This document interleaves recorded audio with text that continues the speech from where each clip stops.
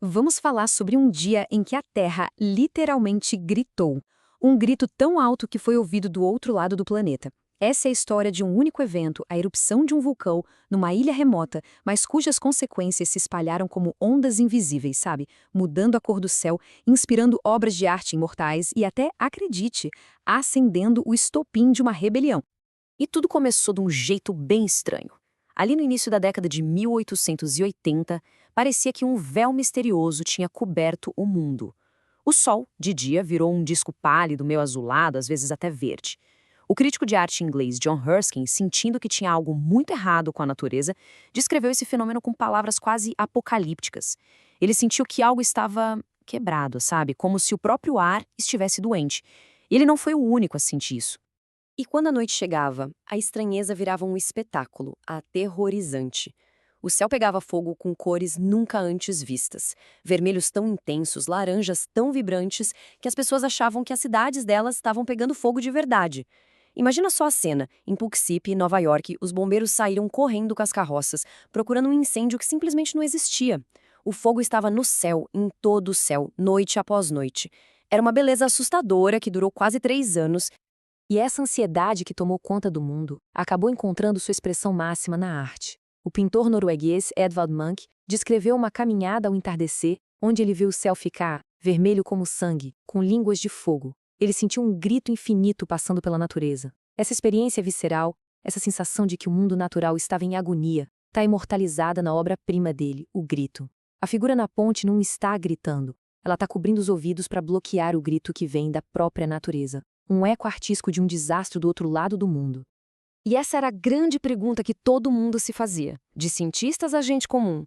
Que força da natureza seria tão poderosa a ponto de jogar algo na atmosfera que mudasse a luz do Sol para o planeta inteiro? Naquela época não tinha satélite, não tinha comunicação global instantânea, só o que existia era um mistério compartilhado. Uma tela no céu pintada com as mesmas cores inquietantes em todos os continentes. A resposta? Bom, a resposta estava escondida a milhares de quilômetros dali, numa ilha entre Java e Sumatra. Para a gente achar a origem desse mistério, a gente precisa ir até o coração geológico do planeta. A causa não era nada de outro mundo, não.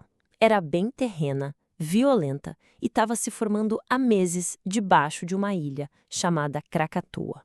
No dia 27 de agosto de 1883, o Krakatoa explodiu. Mas explodiu é uma palavra muito simples para descrever o que aconteceu. Durante meses, o vulcão deu finais, tremores, nuvens de cinza, pequenas erupções. Mas naquela manhã de agosto, aconteceram 4 explosões cataclísmicas em sequência. A terceira e a quarta foram as mais fortes, liberando uma energia estimada em 200 megatons de TNT. Isso é umas 13 mil vezes a potência da bomba de Hiroshima.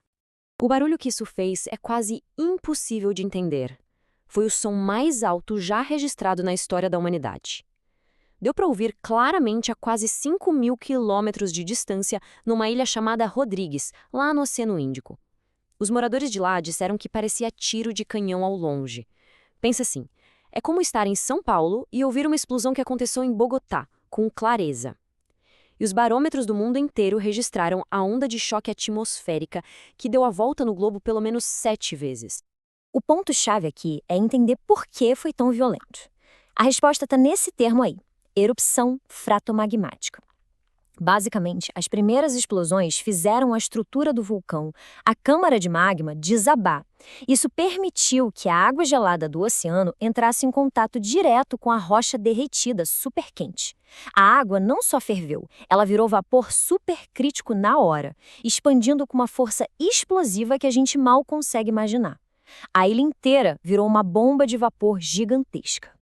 E a força dessa explosão de vapor foi tão grande que ela simplesmente pulverizou a Terra. Mais de 20 quilômetros cúbicos de rocha e cinzas foram jogados na atmosfera. Onde antes existia uma ilha com um pico de quase 800 metros, agora só restava uma caldeira, um buraco com 250 metros de profundidade abaixo do nível do mar. A ilha de Krakatoa foi em grande parte apagada do mapa. A explosão foi o auge do som e da fúria.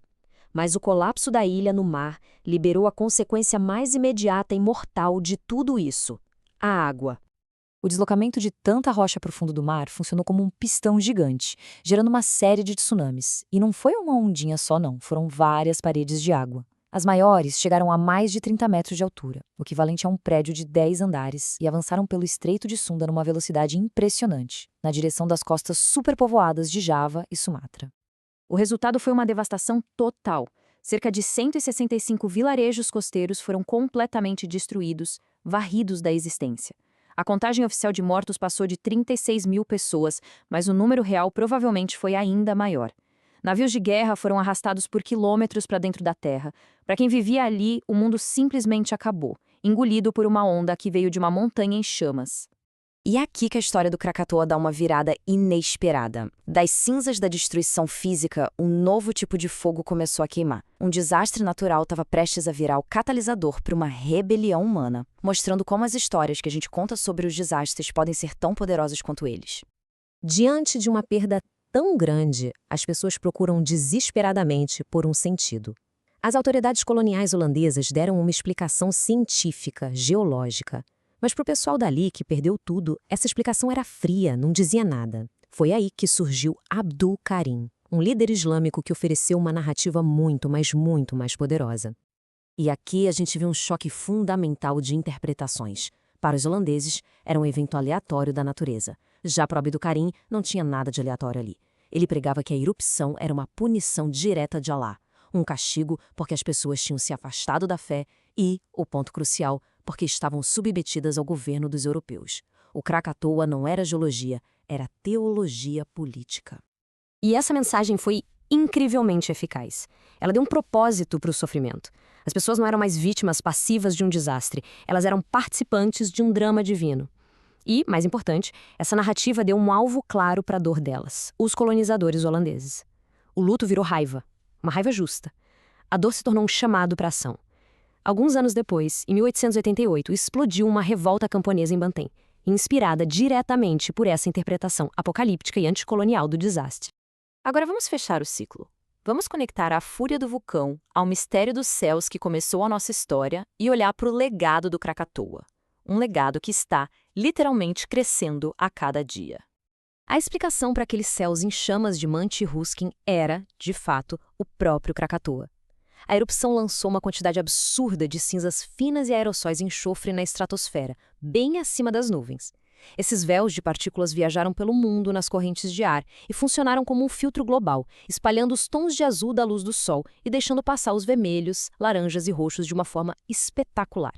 O fenômeno também causou um pequeno resfriamento global por alguns anos, um tipo de inverno vulcânico. Mas a história não termina na destruição, não. As forças da Terra são implacáveis. Em 1927, menos de 50 anos depois da aniquilação, a atividade vulcânica recomeçou no fundo do mar, no mesmíssimo lugar. Uma nova ilha começou a se formar, até romper a superfície da água, e ela recebeu um nome perfeito: Anak Krakatoa, o filho de Krakatoa. Desde então, ela vem crescendo, cuspindo lava e cinzas como um lembrete constante do poder que dorme sob as ondas. E essa é a grande lição. Krakatoa não é um evento estático, parado na história. É um ciclo vivo, de aniquilação e renascimento. A destruição de 1883 abriu o caminho para a criação de algo novo, um herdeiro vulcânico que carrega todo o potencial do pai. Essa saga está longe de terminar. Isso nos leva a uma última reflexão. Em 1883, o Krakatoa mandou ondas de choque por um mundo conectado por navios a vapor e telégrafos. Hoje, o nosso mundo é instantaneamente conectado, muito mais populoso e infinitamente mais complexo. A questão não é se o Anak Krakatoa vai ter uma grande erupção de novo, mas quando. E quando esse dia chegar, que tipo de ecos imprevisíveis, políticos, sociais, econômicos, serão enviados através do nosso planeta globalizado e frágil?